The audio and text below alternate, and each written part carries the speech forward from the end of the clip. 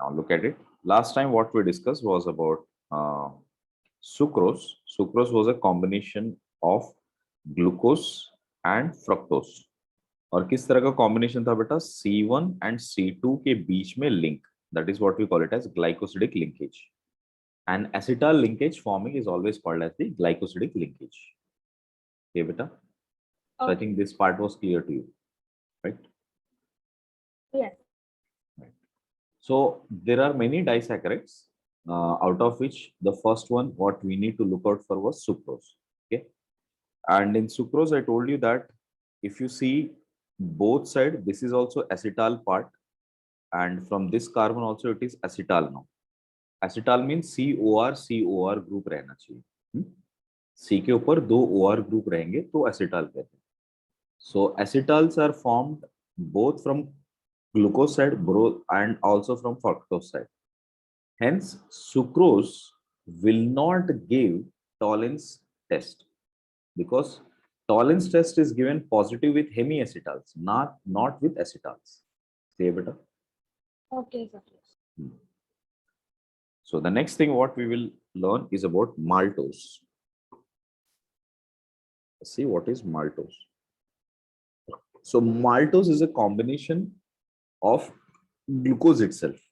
So if you first take starch, which is C6 H5 C6 H10 and O5 and N times, ठीक है, ये होता है starch.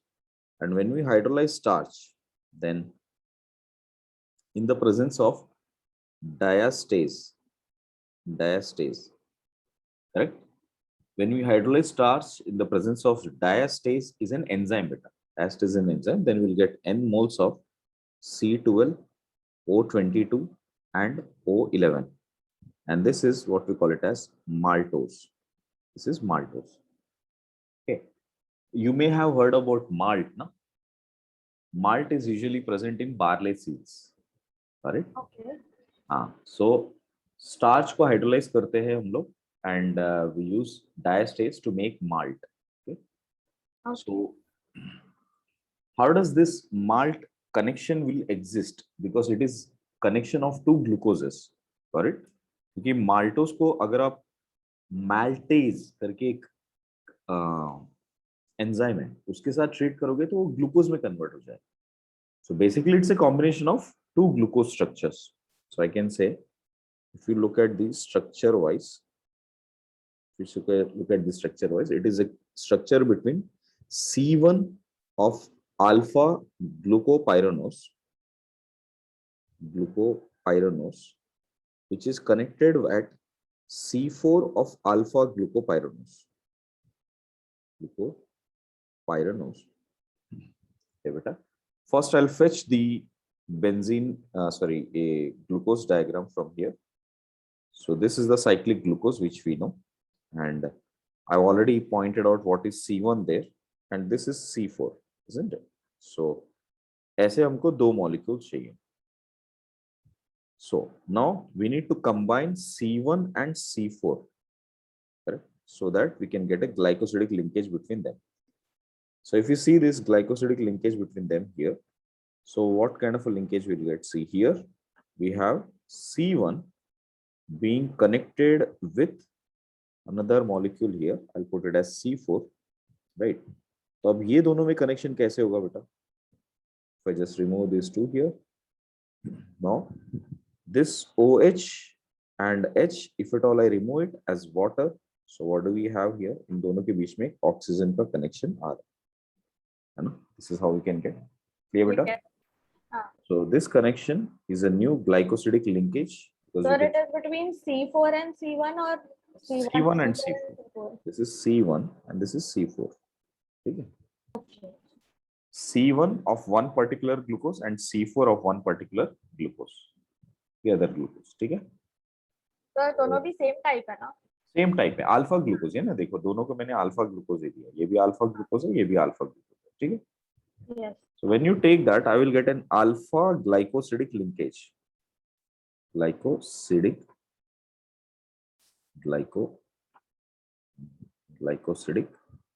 linkage. ठीक है बेटा? Yes, sir. And this is in fact a reducing sugar, beta. Maltose. Maltose is a reducing sugar, unlike sucrose. Reducing sugar. Why it is so? If you look at the structure, ना यहाँ पे देखो, इस तरफ तो बन गया है ये एसिटाल, बट इस तरफ अभी एसिटाल नहीं बना है ना, ये OH वैसा का वैसे ही है. This is COH and COR and COH. तो ये हेमी है ना. So at one side it is still has an one side. hemiacetal. Yes, yes, yes. So Sir, at hemiacetal के लिए how should it be? One side OH and one side OR. yes, beta. COH OR is Okay, hemiacetal. okay. Yeah, yeah. Got it. Hemiacetal. And if we have COR and OR, then that is acetal. Okay. For Tollens reagent, this gives test. This does not give test. Fine. Okay, yes, yes, got it. So, So so here we will get positive test, not only. yes, that's why it is called reducing sugar. Clear? Okay. Anything which reduces Tollens reagent is called reducing sugar. Clear? Yes, sir.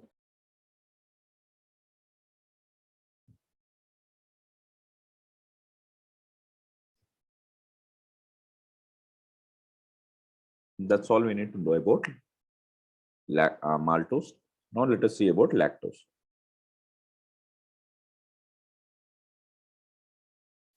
Okay. Lactose, which is also known as the milk sugar, the sugar that is present in the milk. Got it? That sweetness which you will get is because of the lactose. Okay. Lactose on hydrolysis with dilute H plus or any enzyme, lactase, that will yield lactose. If we treat that with dilute H plus, or we can use that as lactase enzyme, lactase. So if we use any of this, we will get two products here. One is D-glucose, alpha D-glucose. Yeah, beta. And the other one we will get is beta D-galactose. We'll get it as galactose. So that's how we can figure out that it is a combination of, sorry, not alpha, beta. It is a combination of beta D-glucose and beta D-galactose, beta. So if you see the structure. Or like we have to put both or only one? Which one, beta? This one? Lactase and dilute H plus. No, or. It could either be this or this. Okay. Yeah. Sir, Now, what is the structure of lactase? that's what we are writing. Okay. Lactase or lactose? Lactase. Lactase is an enzyme, beta. उसका structure हमको जरूरत नहीं. Okay. Enzyme is nothing but a combination of proteins, different combination of proteins. Okay. Okay, sir. So we will have beta C1 position of, sorry, C1 carbon of beta glucose, C1 carbon of beta glucose plus C4 carbon of beta galactose. If we combine these two, then we will get that structure. Right? So how we can do that? So first I'll try to take the beta of this one. So how do we get the beta now? ये है alpha, right? So if I just exchange these two positions, that will become beta. ये हो गया OH and H. ये बन गया beta beta. So this is beta glucose or glucopyranose, right? And now I want to make beta galactose also. अच्छा galactose में सिर्फ इतना ही फर्क है ना? It is an epimer at fourth position. So ये fourth position का जो कार्बन है, right? Sorry, fourth position में ये third है. 1, 2, 3, 4. Fourth position. Fourth position में वो उल्टा रहता है. So यहाँ पर आपको OH ऊपर और H नीचे. तो ये क्या हो गया बेटा? Beta galactose. Clear? So beta glucose plus beta galactose. I'll just mark it so that you are clear that where is the difference. You can see this is where the difference is. Okay, Yeah. so So these two are alpha the- में it will be down, no? alpha में it will be down, beta में up. Okay, Okay. right. Without अभी इसमें Sir, तो in the beta glucopyranose, उसमें which one is up and down? First one. क्या बेटा beta में Differentiating one in the first one, beta glucopyranose में.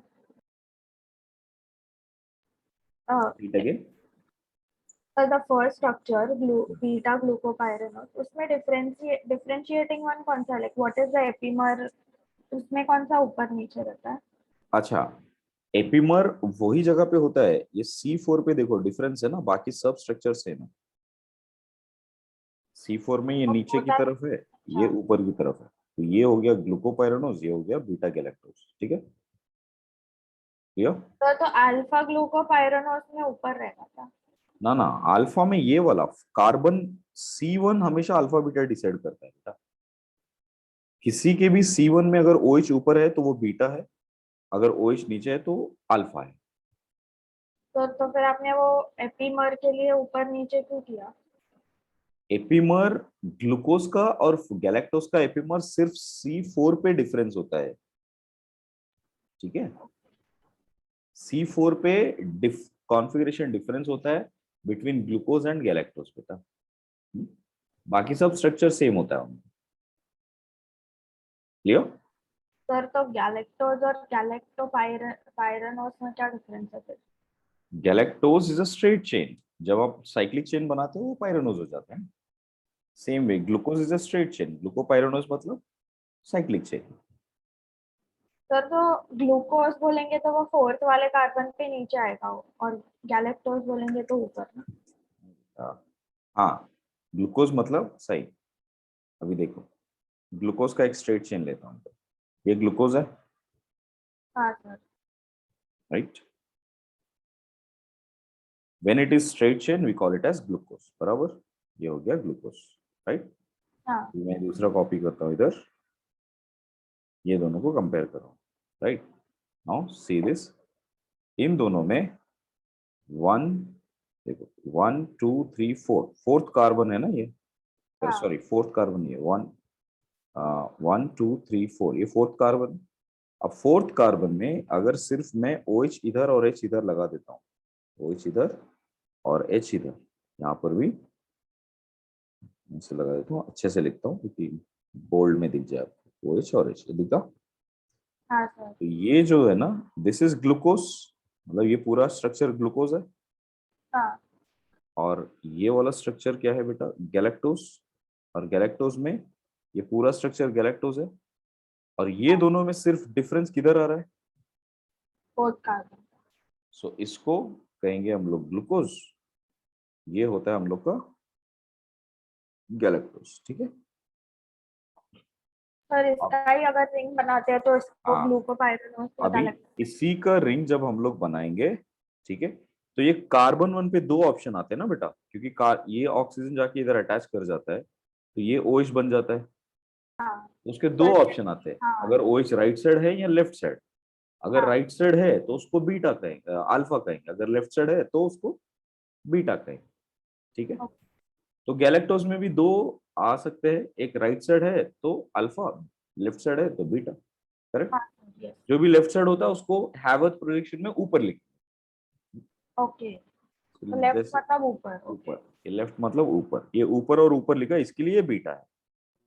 Okay हाँ sir, got it.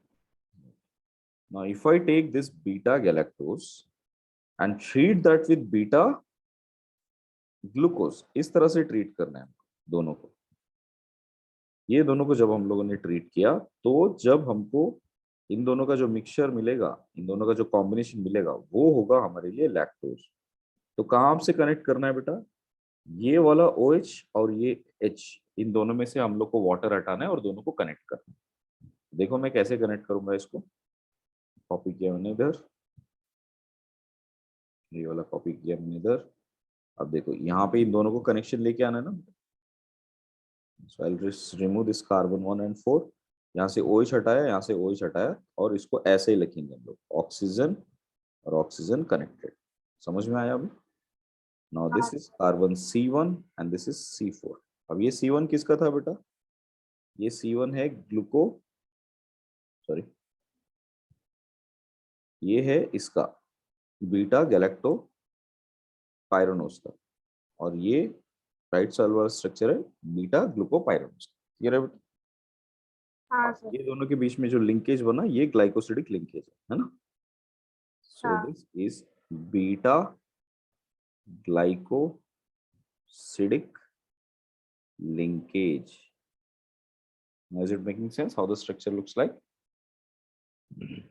Sir, this will be the acetal ना? This is acetal on this side ना, ये acetal है, but इधर देखो फिर से ये हेमी एसिटाल है, हाँ इस साइड में अभी भी हेमी एसिटाल ही है ना. हाँ sir. So this is also a reducing sugar. That's why lactose is also a reducing sugar, as it still has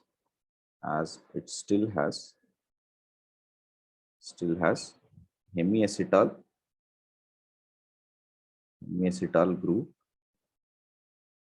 on carbon 1 of glucose. Clear beta? Yeah sir. Any problem with galactose now? Sir, so whatever has a hemiacetal group is a reducing sugar. Yes, anything which has hemiacetal, even at one place also, if it is there, it is reducing sugar. Okay sir. Now let us see about polysaccharides. Polysaccharides mainly we talk about are starch and cellulose. So first, starch is in fact it is very vital dietary source for human body. Okay, this exists in two forms. So let me write down that starch exists in two forms. One is alpha amylose, it's called alpha amylose, and the other one is uh, amylopectin. Okay, so amylopectin. This exists in two forms, alpha amylose and amylopectin. Okay, most of the starch which we have it in our body or which we consume, right, beta? Usme around alpha amylose is around 10 to 15%. That will be around 10 to 15%. And amylopectin part will be around 80 to 90%. Clear? This Yes. is water soluble. Amylo is water soluble, and this is water insoluble. देखो potato starch भी दो तरीके के होते हैं ना, कुछ starch मिल जाते हैं वाटर में डिसॉल्व हो जाता है, कुछ स्टार्च डिसॉल्व नहीं होता. ठीक है, so the one which does not dissolve is amylopectin kind. ठीक है, Okay. Here this is an alpha D glucose का पॉलीमरिक फॉर्म है ये. ठीक है, सो अल्फा डी ग्लूकोज का कंटिन्यूअस चेन है, और कंटिन्यूअस चेन मतलब किधर है, C1 और C4 में ग्लाइकोसिडिक लिंकेज है, glycosidic linkage. This has glycosidic linkage here. Okay, while amylopectin में यहाँ पर we have this as same linear form,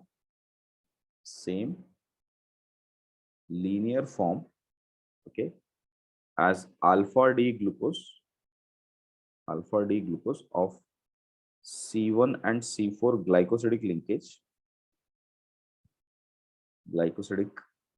है इसमें, correct? But also has branch with C1 to C6 cross linking, branches with cross linkage, उसको कहते हैं amylopectin. I'll show you with the structure बेटा, तो easy लगेगा आपको. सर, ये तो बहुत कंफ्यूजिंग लग रहा है. डोंट वरी, डोंट, अभी मैंने स्ट्रक्चर लिखा नहीं ना, इसके लिए लग रहा है, वर्डिंग है ना सारे, वर्डिंग से ऐसे लग रहा है। स्टार्च कहीं ना कहीं ऐसे हो जाए, ऐसे कहीं मिक्स हो जाए, इस तरह से होता है। ये क्रॉस लिंक्स होते हैं, स्ट्रेट चेन इसका और स्ट्रेट चेन इसका सेम ही होता है। ओके, मैं स्ट्रक्चर दिखाऊंगा तो आपको काफी इजी लगेगा बेटा, आप बिल्कुल टेंशन देखो। ये वाला जो स्ट्रक्चर था, ध्यान से देखना, ये वाला कौन सा स्ट्रक्चर था बेटा, ये अल्फा और अल्फा का ग्लाइकोसिडिक लिंकेज ही तो है, और कार्बन फॉर कार्बन 4 ही तो है ये, है ना, ये हाँ कार्बन 1 और कार्बन 4 ही तो है, बराबर।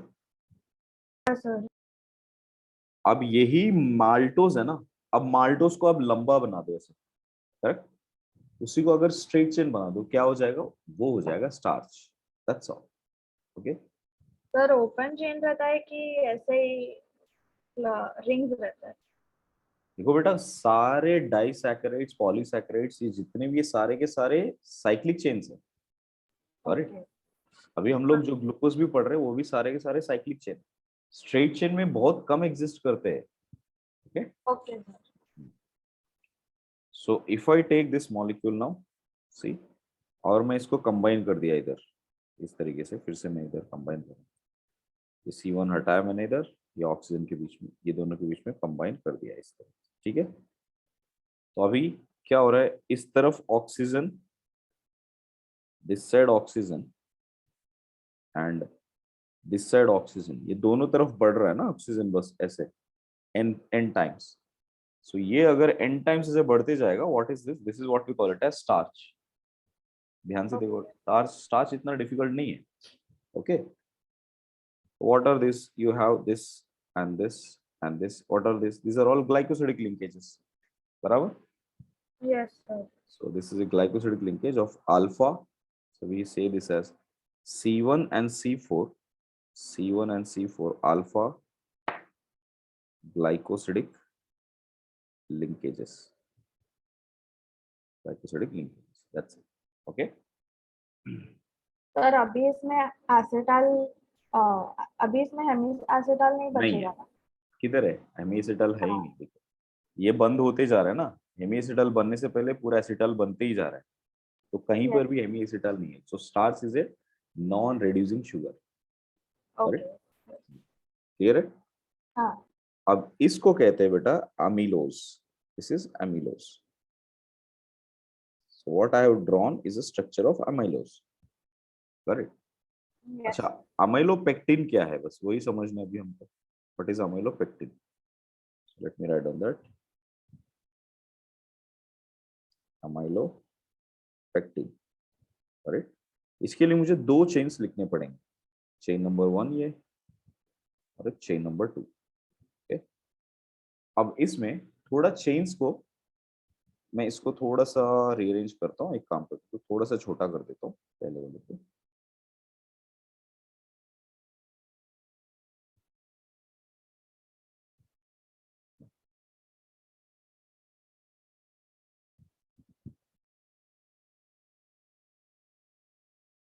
नाउ लिसन ना, अब ये देखिए ऐसा है, व्हाट आई विल डू, दोनों तरफ चेन ऐसे बढ़ते जा रहे हैं, बट कहीं ना कहीं क्रॉस लिंक एक दो जगह पे होता है, हर जगह पे नहीं होगा।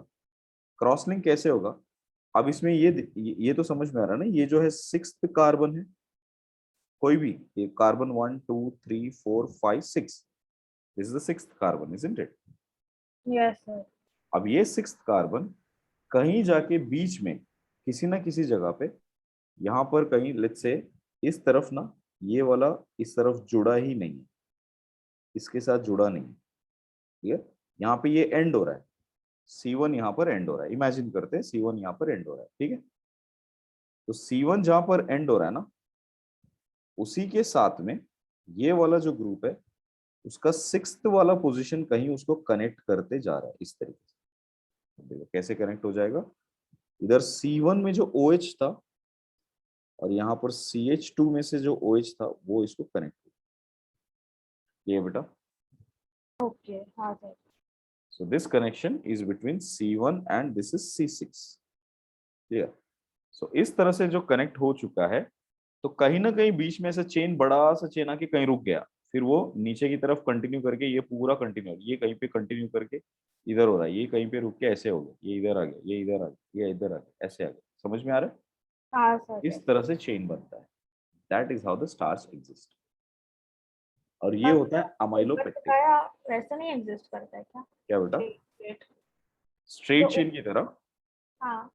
स्ट्रेट चेन की तरह ये पूरा स्ट्रेट चेन है ना, ये भी स्ट्रेट चेन है। उनके बीच में कहीं कहीं पे क्रॉस लिंक आ जाता है, तो ये अमाइलोपेक्टिन बनता है। स्टार्च दो टाइप के होते हैं, राइट? Amylose and amylopectin. यार तो अगर जब ये अमाइलोपेक्टिन की बारी है तो ये दोनों में कनेक्शन आता है। सो तो व्हाट डू वी हैव? उसको ब्रेक नहीं कर सकते क्या? नो, ब्रेक कर सकते हैं, हीट करोगे तो ब्रेक हो जाएगा। अमाइलोपेक्टिन को हीट कर दो। स्टार्च को हम लोग फॉर एग्जांपल स्टार्च को ऐसे स्टोर करते हैं। पोटैटो स्टार्च पूरे अमाइलोपेक्टिन की तरह आता है, हीट कर दो तो अमाइलोज बन जाएगा, वाटर अच्छा सॉल्युबल बन जाएगा फिर। सर, तो हीट करते हैं तो वो 6 और फर्स्ट कार्बन का इसमें बॉन्ड कनेक्शन ब्रेक हो टूट जाता है। जाता है, करेक्ट। हाँ, C1C6 ग्लाइकोसिडिक लिंकेज, करेक्ट। ये हो गया C1C6 ग्लाइकोसिडिक लिंकेज। और ये क्या है? C1C4 ग्लाइकोसिडिक लिंकेज, बराबर। इस हाँ। तरह से एग्जिस्ट करते हैं amylopectin, yes. Right. So any doubt in amylopectin बेटा? No sir. Next let us see cellulose. Cellulose. Okay. Cellulose mainly forms the walls of the forms the cell wall of plants, and most abundant organic is the most abundant organic biomolecule in plant kingdom.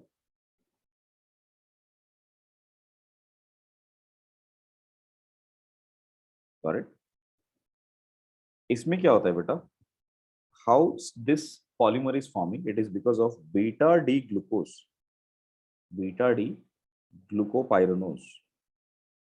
beta D glucopyranose chain, beta D glucopyranose chain with C1 to C4 glycosidic linkage. Glycosidic linkage. That's it. इसमें beta D glucose के C1 C4 को हम लोग को check करना पड़ेगा. Okay. Let me show you the structure, how it looks like. So let me take beta glucose. Beta glucose is यहाँ पे हमने लिया था ये वाला beta glucose ये है. So let me take one beta glucose. एक कनेक्शन में देख के बताता हूँ, फिर आपको क्लियर कट आइडिया आ जाएगा कैसे कनेक्ट करें. और हमको क्या चाहिए? C1 एंड C4 के बीच में कनेक्शन, बराबर. तो ये देखो, ये आया बेटा C1 और ये आया C4, बराबर. So, इन दोनों के बीच में कनेक्शन है. So, यहाँ से ऐसे काट दूंगा इधर और दोनों के बीच में आ जाएगा ऑक्सीजन. आया ऑक्सीजन, ये आके इधर हो गया कनेक्ट, बराबर. बस इस तरह का कनेक्शन अगर हम लोग बढ़ाते जाएंगे, करेक्ट, तो क्या मिल जाएगा? ये if this type of polymer keeps increasing, so we will get this as ऐसे. इधर में दोनों को लगाया इधर ऐसे, या ये हटाया, दोनों के बीच में कनेक्शन लगा दिया oxygen. So this is the glycosidic linkage. ये glycosidic linkage. Clear है? अच्छा, yes. This is the structure of cellulose. Okay. So the glycosidic linkage is between C1, C4, beta glycosidic linkage.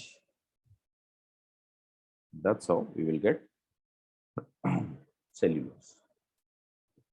Cellulose के बारे में इससे ज्यादा information जरूरत नहीं है. That's all we need to know. Okay. Okay, sir. The third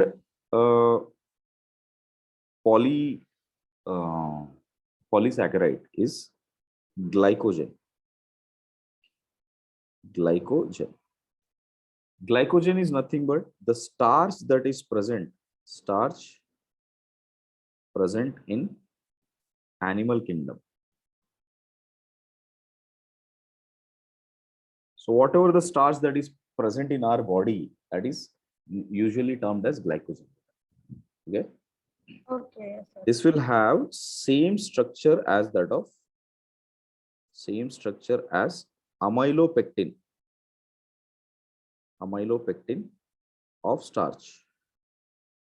Got it? कोई difference नहीं है. Same C1C4 connection, alpha glycosidic linkage और C1C6 का connection. Okay. इसमें क्या रहेगा? This will have comparatively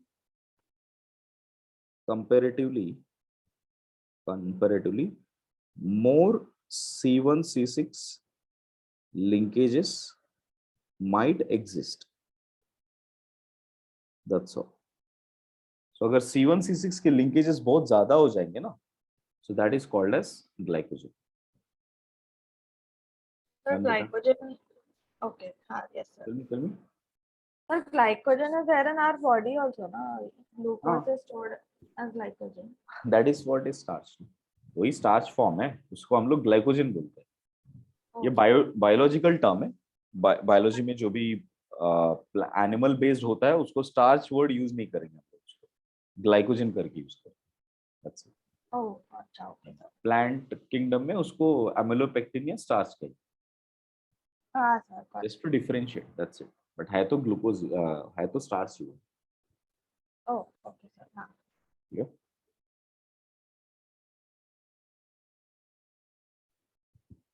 done बेटा, कोई डाउट इसमें? नहीं सर. देखो, क्या इस आपको ये समझ में आ रहा है कि ये जो 6 मेंबर्ड रिंग है ये सब सिंगल बॉन्ड्स है? हाँ. Single bonds, if they exist as single bonds, can I say it is actually a cyclic chair-like structure because it is a 6-membered ring? Yeah. तो ये 6-membered rings कैसे दिखेगा? Let us see. Chair form of glucose. So if we check out the chair form of glucose, how does that appear? So let me put that chair form here. इस तरह से है, and we have oxygen here instead of carbon. That's it. इस तरह से connected है. And ये वाला मैं ribbon लिखता हूँ बेटा, ऐसे ribbon OH. I'll tell you why I'm writing. I'll write it this as OH here, got it? And then OH here, and then OH here, and another OH here. इस तरह से लिखो. इसको मैं एक बार एक स्ट्रक्चर लेके आता हूँ, फिर मैं बताता हूँ आपको क्यों लिखा. ग्लूकोज माल्टोस टू ग्लूकोज, ये मैं इसको कॉपी करता हूँ. Sorry, here. See, let us compare this to. ठीक है बेटा. अब now if you look at this, O है, यहां से स्टार्ट किया हमने, right? Let us assume that this OH is axially down. Assume that it is axially down. अगर ये axially down होगा, this is axial, ये same side है ना बेटा, ये दोनों. They are on the same side. Axial और equatorial same side होने चाहिए. 1 और 2 पोजीशन में. हाँ, yes. 1 और 2 पोजीशन में axial equatorial cis होते हैं, करेक्ट? Yes. axial trans होते हैं, बराबर? हाँ. इसी के लिए ये OH और ये H ट्रांस होने चाहिए, और ये OH और ये OH क्या होने चाहिए? सिस. हाँ. मतलब अगर ये एक्सियल है तो ये किधर होना चाहिए? इक्वेटोरियल. मैंने लिख दिया इक्वेटोरियल, बराबर. अगर ये इक्वेटोरियल है, इक्वेटोरियल आपस में क्या होता है? ट्रांस. ये इक्वेटोरियल है तो ये भी इक्वेटोरियल होने चाहिए. हाँ सर. अगर ये इक्वेटोरियल है तो बाजू वाला नेक्स्ट ट्रांस वो भी इक्वेटोरियल होना चाहिए, करेक्ट? अगर ये इक्वेटोरियल है तो ये वाला क्या है? ये भी एंटी डायरेक्शन में, उसके मतलब ऑपोजिट डायरेक्शन में, इक्वेटोरियल में. तो ये दोनों भी, ये वाला भी कैसे होना चाहिए? इक्वेटोरियल में. सर आपने वो किसके रिस्पेक्ट में देखा? CH. ये बेटा OH और ये CH2OH दोनों कैसे है? ट्रांस. दोनों एक दूसरे के ट्रांस है ना.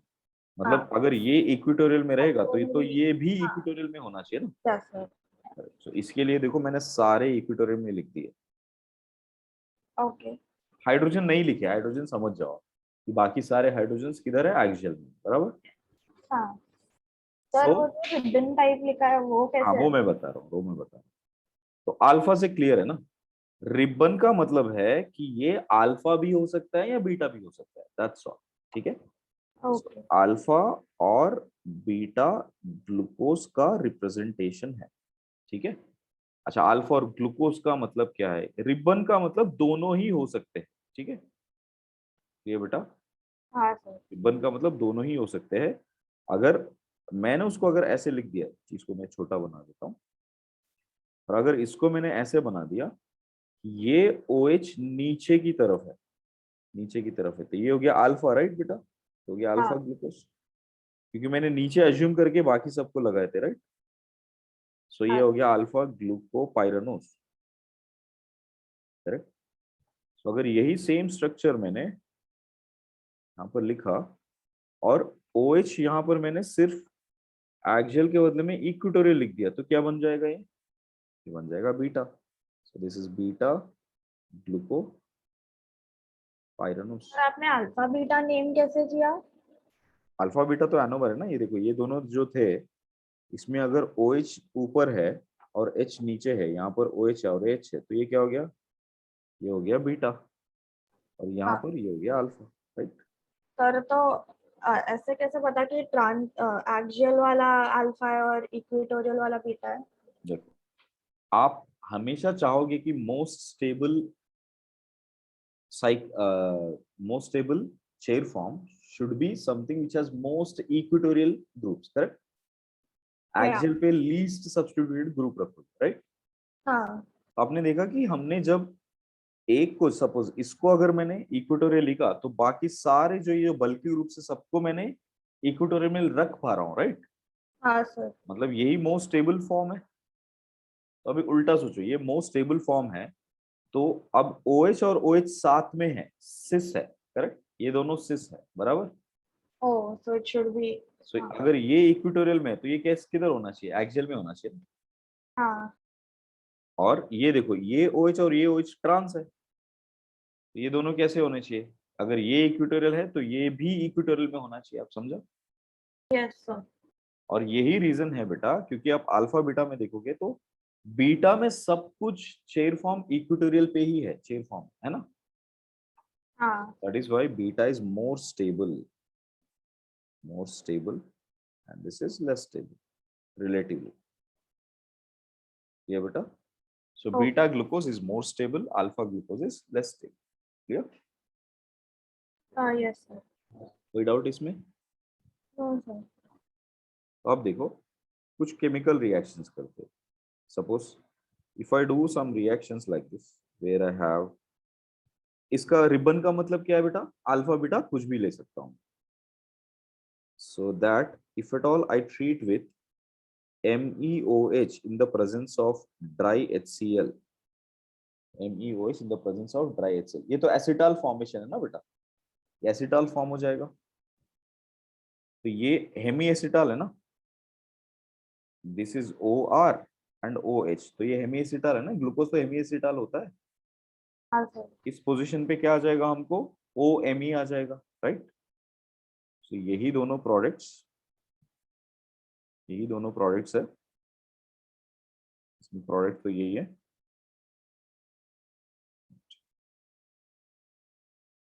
प्रोडक्ट्स यही है, एक्सेप्ट दैट यहाँ पे OH के बदले में यहाँ पे हो जाएंगे OMe। So here we'll have OMe. Here also we'll have OMe. So this is what you need to check out. तो ये अभी ये एसिटाल बन गया है, करेक्ट। हाँ। This is the product we will have. ये जेई में आ But चुका why है। did we necessarily substitute that OH only? This is the hemiacetal carbon ना बेटा, बाकी जगह थोड़ी है। पर और कोई जगह पे नहीं जा सकता OMe? और कोई जगह पे हेमी एसिटाल थोड़ी है। हेमी हाँ एसिटाल का मतलब ही होता है carbon with OR and carbon with OH, और किधर है ऐसा ग्रुप, हाँ यस सर। नहीं है ना। सो this is forming an glucoside here.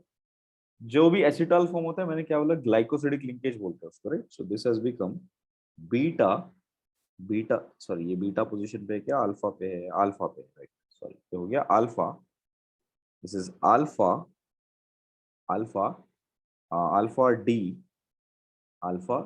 methyl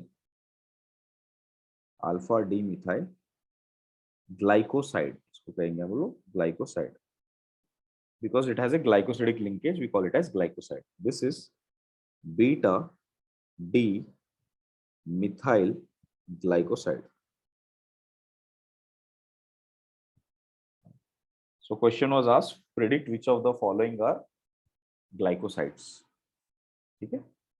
Okay. Right. Similarly, if we take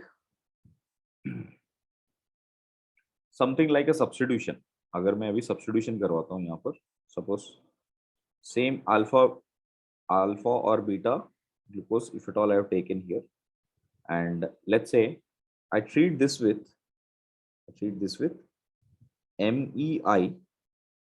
MEI तो समझ जाओगे ना, MEI मतलब methyl iodide in OH minus, methyl iodide in OH minus.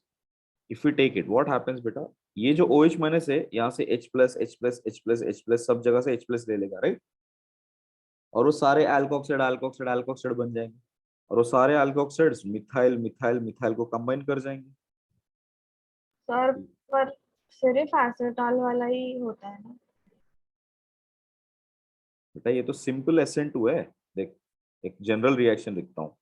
अगर मेरे पास अल्कोहल है, ठीक है, उसको अगर मैंने बेस के साथ पहले ट्रीट किया और उसको मैंने RO माइनस बनाया और उसको CH3 हाई के साथ रिएक्ट किया, तो ये रिएक्ट करेगा वाया SN2 और ये बन जाएगा ROCH3, बराबर. हाँ सर. इस तरह से ईथर बनता है ना. अब मैं वही बनवा रहा हूँ, करेक्ट. एसिटाल तो बेटा सिर्फ ड्राई HCl में होता है, वो भी अल्कोहल के साथ रिएक्ट करने पर, करेक्ट. ओके. हाँ ये तो सर. बहुत ही स्पेशल केस हो गया. बाकी सारे केसेस में यही हो रहा है. ये this is the general reaction which you are expecting. Clear? Just Yeah. Put it. So which means first H+, ये सारे निकल जाएंगे सब जगह से और वो सारे मिथाइल के साथ सब्स्टिट्यूट हो जाएंगे, करेक्ट. हाँ sir. So we will have the same product here now, same product except जितने हाइड्रोजन से वो सारे रिप्लेस हो जाएंगे किसके साथ, मिथाइल के साथ. So we'll have this as OMe, Me, Me, Me, and M. Done? Got it? I say, what are the other reagents? If you see the other reagents which will give the similar, thing is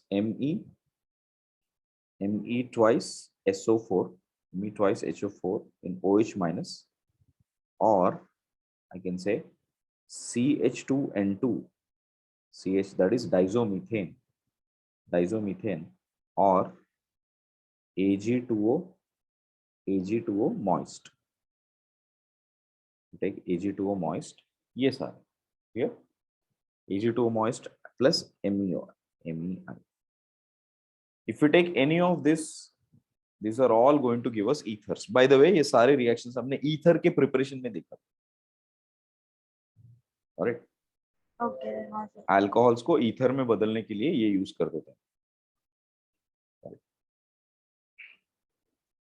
sir तो concentrated H2SO4 भी use कर सकते हैं at a lower temperature. उससे हम लोग को ether CH3 कहाँ से आएगा? हम लोग को CH3 सब्स्टिट्यूट करना है ना उधर. सर नहीं, लाइक H2SO4 होता ना कि अगर 400 डिग्रीज के ऊपर डालेंगे तो एल्कीन बन जाएगा वो. एल्कीन एंड बट एल्कीन क्यों चाहिए हम लोग को? हम लोग को और चाहिए. अगर सर कम टेम्परेचर पे करेंगे तो ईथर बनता है ना. Oh, that is between two alcohols. Yes sir. आप क्या करो पता है, ये समझ लो. If you have this alcohol plus H2SO4 concentrated, correct, ये concentrated होना चाहिए पहली बात, right. Then you will get is ROR, correct. या मतलब ये दूसरे वाले मिथाइल के, दूसरे वाले ग्लूकोज अच्छा. के साथ कनेक्ट करने के लिए, राइट. ओके. हाँ सर. करेक्ट. ये बेटा बस Yes. ये हो गया व्हाट डू यू से poly carbohydrates. Okay, this is how much you need to know from carbohydrates. Okay, Yes, sir. थोड़ा लगता है initially it might feel like little difficult but ऐसा कुछ भी नहीं A है. little, but it is very difficult. No बेटा, when you start solving and giving, this is the easiest chapter, believe me. difficult नहीं Sir, लगेगा. लेकिन ये स्ट्रक्चर को कैसे याद रखते हैं? वो थोड़ा प्रैक्टिस लगेगा. I will tell you. सिर्फ ग्लूकोज को ध्यान रखना और प्रैक्टिस करते करते सारे आ जाए. ओके, हाँ सर. ग्लूकोज से ही सब जुड़े हुए हैं ना. किसी का एपीमर है, किसी का कोई और है, राइट. और सर बहुत लेकिन लिमिटेड ही है. तो एक साइड पे मतलब कौन से साइड पे तो सबका नाम चेंज हो जाता है. हाँ, बस ज्यादा नहीं है, 7-8 नाम है बस, उससे ज्यादा कुछ भी नहीं है. टेंशन मत लो. Now we have two more parts, which is first one amino acids or proteins, and the last one is DNA, nucleic acids. Nucleic acids नहीं भी पढ़ेगा तो भी चलेगा, because it is like last day में एक page दिया है एनसीईआरटी में, वो भी पढ़ के जाओगे तो बहुत है. करेक्ट, आया तो आया, नहीं तो नहीं. ठीक है. Anyways, now let us see amino acids or proteins.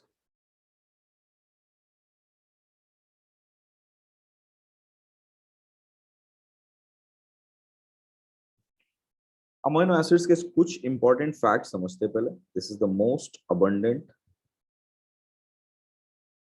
abundant biomolecule in living system. So if we have any living system, proteins are the prime units or the prime things which we have. That's why it is called proteins. Protein का मतलब ये होता है prime of all the biomolecules. Clear? Yes. Optimus prime है ये सब. So living system uses proteins for growth and maintenance. Used for growth and maintenance.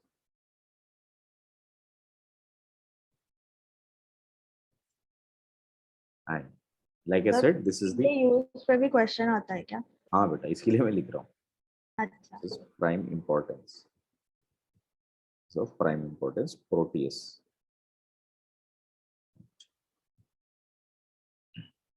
And what is amino acid exactly? Let us see. Amino acid क्या होता है? It is basically a COOH group connected with NH2 group. ठीक है, इस तरह से जब connected होता है. अब यहाँ पे कोई H हो सकता है, R हो सकता है, या कोई भी दो डिफरेंट ग्रुप भी हो सकता है. When this kind of group is there, you can say with respect to COH, this is alpha position ना बेटा. तो कहने से alpha position के ऊपर NH2 है, which is amino. That's why these are called alpha amino acids. Sir, alpha amino acids. Clear? Yes, sir. Beta amino acids भी हो सकते हैं, but at least on our world, all human beings, animals, plants, most of the proteins which we have been developed, okay, over the centuries and billions of years, correct, of the existence of Earth, we have mostly alpha amino acids in everything. Clear? Yes, sir. Right. And after analyzing everything, right, from plants to animals to everything, when we analyzed what kind of a proteins everybody has it, then we have learned that about 20 amino acids, 120 amino acids, correct, are used in different proteins. ये बेटा मतलब सिर्फ एक 20 primary amino acids है और उन सब के कॉम्बिनेशन से वेरियस टाइप ऑफ प्रोटीन्स बनते हैं. Correct? Okay. And all naturally occurring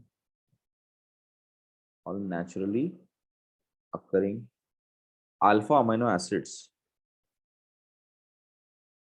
alpha amino acids are L amino acids, capital L amino acids. मतलब अगर आप सिंगल कायरल सेंटर को देखोगे, so it will go for levo rotation.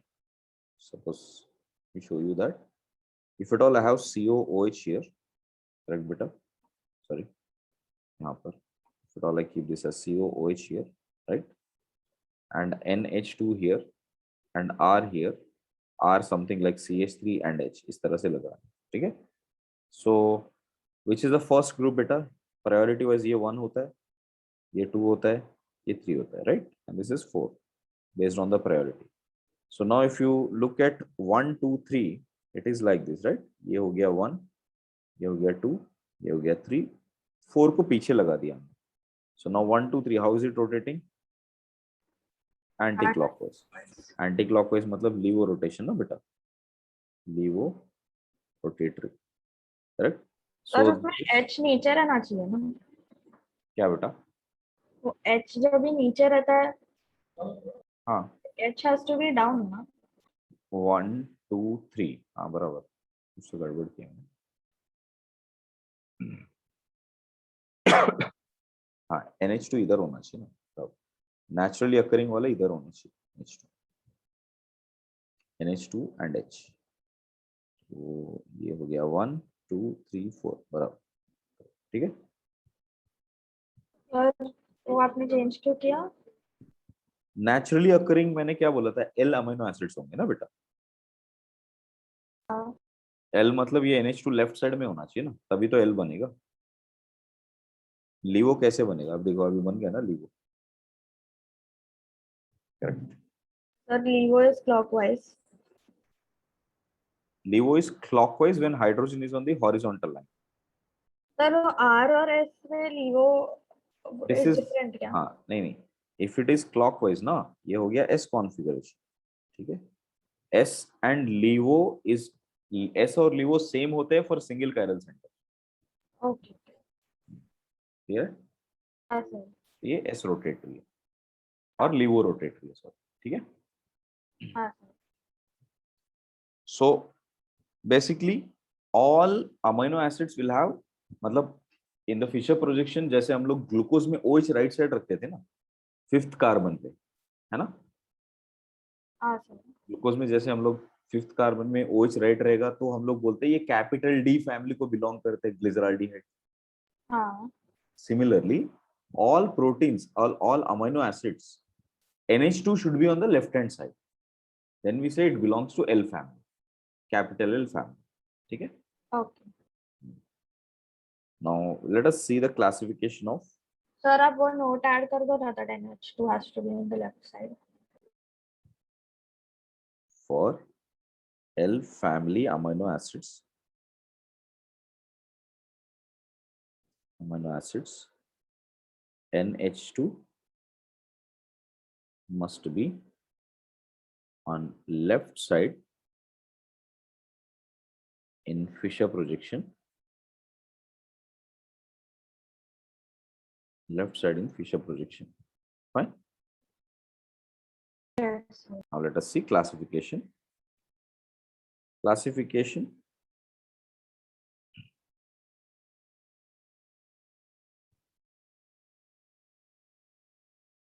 Classification of amino acids.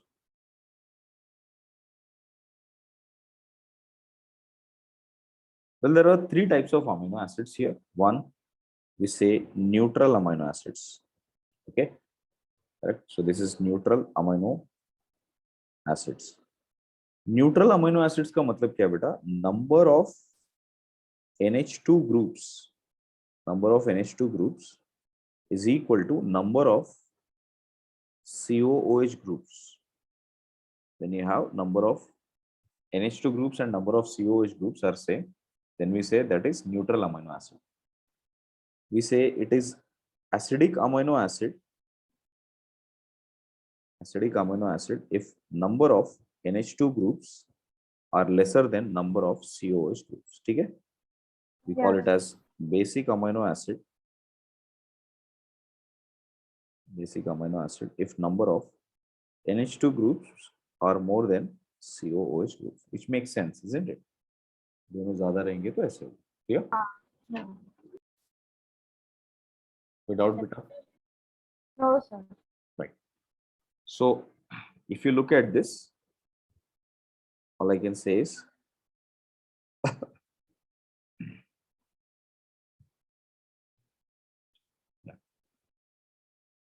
we have 20 occurring naturally occurring amino acids, isn't it? इनको अभी मैं थोड़ा classify करता हूँ बेटा, थोड़ा याद करने के लिए. ओके, तो जल्दी याद होता नहीं है ये, मतलब इसको डेफिनेटली टाइम लगेगा आपको. आप क्या करना चाहिए, आपको ओवर द टाइम एक टेबल बना के रखो सामने, ठीक है, और हाँ. बिफोर द एग्जाम रटते रहना पड़ेगा, क्योंकि 20 अमीनो एसिड्स है. राइट. सो हर एक के अलग अलग नाम है, स्ट्रक्चर थोड़े से अलग है, इसके लिए थोड़ा सा इसमें टाइम लग सकता है. तो मैं पहले एक आइडिया देता हूँ कैसे जाना चाहिए. मैंने कुछ एक सीक्वेंस बनाया है, उस सीक्वेंस में पढ़ोगे तो थोड़ा जल्दी याद हो जाएगा. Okay, Okay, sir. What I did, first सारे न्यूट्रल अमीनो एसिड्स को मैंने क्लब कर दी. Okay, so first neutral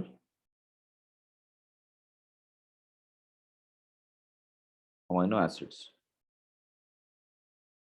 neutral amino acids, ठीक है. फॉर एग्जांपल, एक अमीनो एसिड का जनरल स्ट्रक्चर कैसे दिखेगा, हमने क्या सोचा था, यहाँ पे NH2 रहेगा बेटा, यहाँ पर COOH होता है, यहाँ पर H होता है और यहाँ पर R होता है. बराबर, ये एक जनरल स्ट्रक्चर है. राइट. अब ये जो R है ना, R, बस ये R को मैं चेंज करते जा रहा हूँ. Correct. So if R is hydrogen, सिर्फ हाइड्रोजन है, तो उस पर्टिकुलर अमीनो एसिड का नाम है glycine. That is known as glycine, और उसका कोड वर्ड है GLY. Okay, clear. And glycine is the only amino acid which does not have no chiral center. Does not have any chiral center, isn't it? क्योंकि हाँ. ये hydrogen है, ये hydrogen है, तो वो chiral center रहेगा नहीं. बराबर. हाँ, sir. Next, if R is equal to CH3, it becomes CH3. It is known as alanine. It is known as alanine. ALA. First three name के फर्स्ट 3 लेटर्स है ना, मोस्टली वही होते हैं. ठीक है. So this is alanine. Correct. So it definitely has a chiral center. Next, if R is equal to CH3 and CH3, just a minute. Okay? Yes, sir. Hello.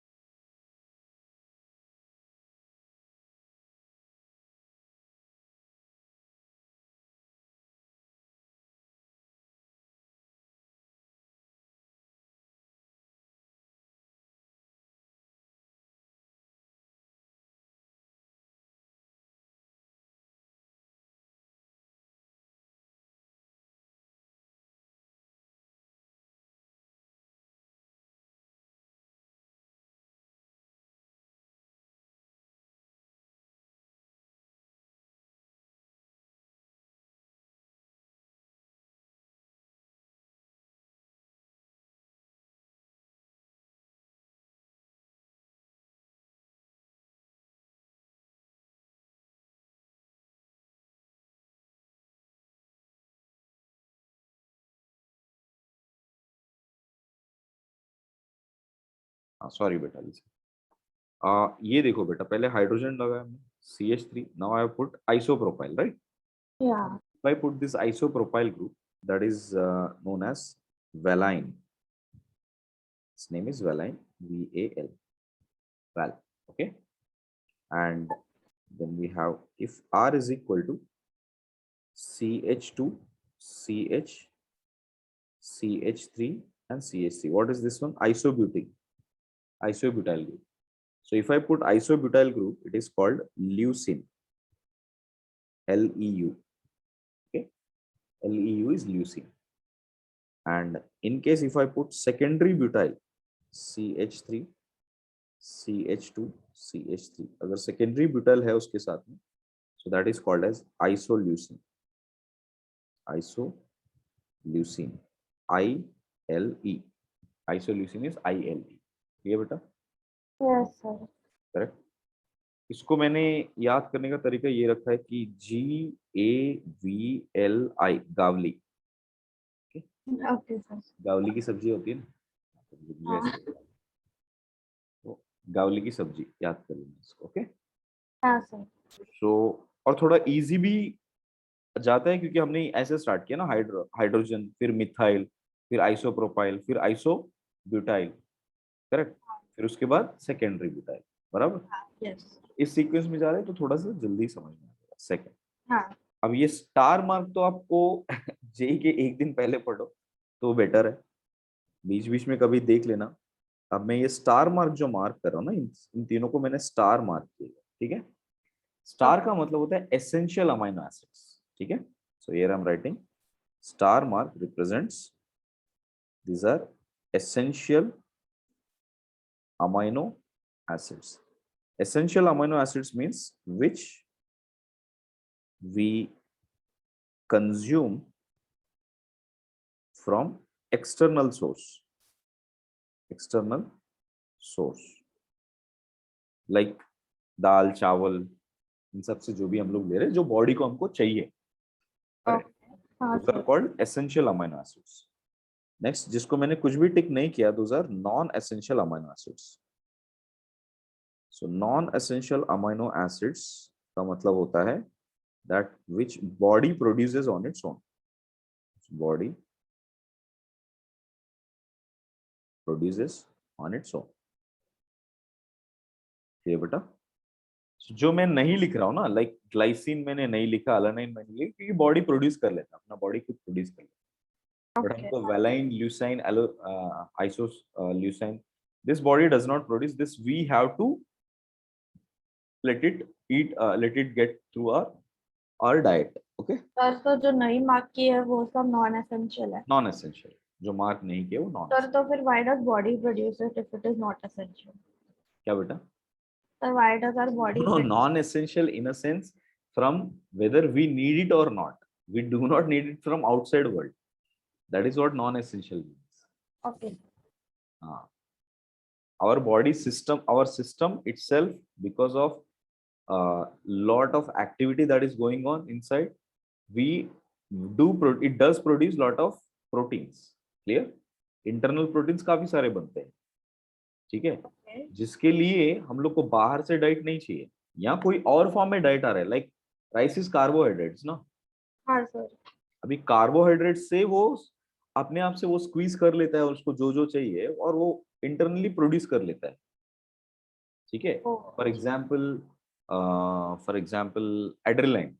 Okay, जब हमको adrenaline rush मिलता है ना, dopamine जिसको कहते हैं. Yeah. अभी dopamine actually hormone है. Hormones are nothing but a part of protein. ठीक है. अब वो हम लोग बाहर से लेते नहीं है ना. नहीं sir. Since from our birth धीरे धीरे सब में किसी ना किसी टाइम पे डोपामाइन आ ही जाता है. हाँ. Those are non essential. ठीक है. क्लियर है? यस. ओके, एक काम करते बेटा, मैं I will stop it here. You also practice that. Okay, so क्योंकि इसमें थोड़ा सा भी 1 घंटा जाएगा.